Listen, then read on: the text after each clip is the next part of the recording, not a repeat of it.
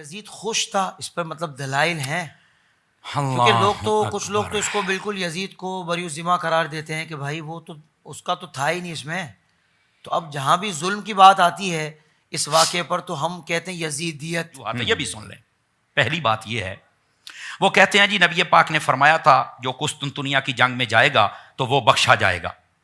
تو یزید چونکہ گیا تھا تو بخشا گیا تھا. تو میں نے کہا پتہ ہے آپ کو وہ پہلا قافلہ کب گیا تھا؟ پہلے قافلے میں تو یزید تھا ہی نہیں. یہ اللہ تحقیق بات کر رہا. واہ واہ. ٹھیک ہے پہلی بات. دوسری بات یہ نبی پاک نے خبر دی تھی؟ یہ بالکل کم از کم 20 سال پہلے دی تھی. تو میں نے کہا تم تو نبی کا علم غیب مانتے نہیں ظالمو. اب مان رہے ہو یزید کو جنتی بنانے کے لیے غیب کو بھی مان رہے ہو. تمہیں شرم نہیں آتی ہے؟ یہ دوسری بات سمجھ آ رہی نا جی. اور تیسری بات ہے یزید اس قافلے میں نہیں گیا تھا. وہ تو بعد میں بیٹھ کر وہاں شرابیں پیتا تھا اور بیٹھ کے جناب وہ اشعار پڑھتا تھا کہ میں بڑا خوش ہوں. وہ سارا کچھ موجود ہے کتب کے اندر. یہ تم کیوں نہیں پڑھتے ہو یار؟ تم صرف حدیث قسطنطنیہ کو دیکھ کر جناب اس کو جنت میں ڈالنا چاہتے ہو. اور ظالمو اس کو جنت میں ڈالتے ڈالتے تم خود بھی اس کے ساتھ جنت میں جاؤ گے. خدا کا خوف کرو. جی ایک وجہ یہ ہے اور اس کا پس منظر وہ بھی میں نے چند لفظوں میں عرض کر دیا. دوسری وجہ یہ ہے جو اس کو بچانا چاہتے ہیں وہ پتا کیا کہتے ہیں یزید تو وہاں تھا نہیں. اس کا کیا قصور ہے؟ وہ تو اپنی جگہ پہ.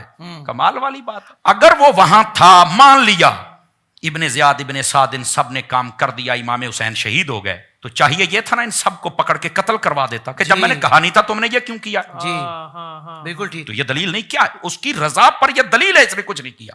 دوسری بات جہاں امام حسین مدینہ میں تھے تو وہاں کا گورنر بدل دیا. مکہ میں گئے وہاں کا بدل دیا. کربلا میں گئے وہاں پر کبھی ہور کبھی ابن زیاد کبھی عمرو ابن سعد کبھی شمر ذل جوشن یہ کیوں بدلے؟ جی اس کا مطلب ہے وہ امام کا دشمن تھا. لوگ کہتے ہیں دلائل کوئی نہیں. کیوں نہیں تمہارے پاس دلائل یار؟ امام حسین کے لیے ان کے حق پر ہونے کے لیے تمہارے پاس دلائل نہیں ہے؟ اللہ اکبر اللہ اکبر. خدا کا خوف کریں. ایسے لوگ شرم سے ڈوب کے مر جانا چاہیے جن کو حسین نظر نہیں آتا ہے.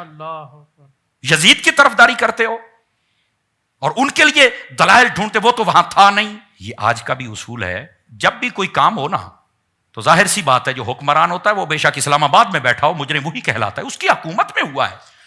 اس کو چاہیے تھا بعد میں پکڑ کر ان کو پکڑتا سزائیں قرار واقعی سزا دیتا. نہیں دی ہے تو یہ دلیل ہے اس کی رضا پر. اور تیسری بات لوگ کہتے ہیں کہ اس پر کیا دلیل ہے؟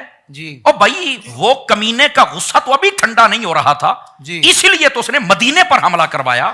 اللہ یہ تو شہادت حسین کے بعد ہوا ہے نا.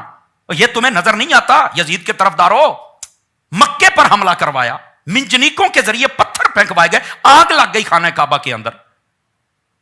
مدینہ شریف کی کتنی 3 دن کے لیے نمازیں نہیں ہوئی. یہ تمہیں نظر نہیں آیا؟ اور باتیں کرتے ہیں کہ اس پر دلیل کیا ہے. اندھے ہو گئے. جیسے ان لوگوں کے حلالی ہونے پر دلیل کوئی نہیں ہے نا ویسے یہ سمجھتے ہیں کہ شاید ادھر بھی دلیل کوئی نہیں. خدا کا خوف کرو. بالکل ٹھیک کہا آپ نے.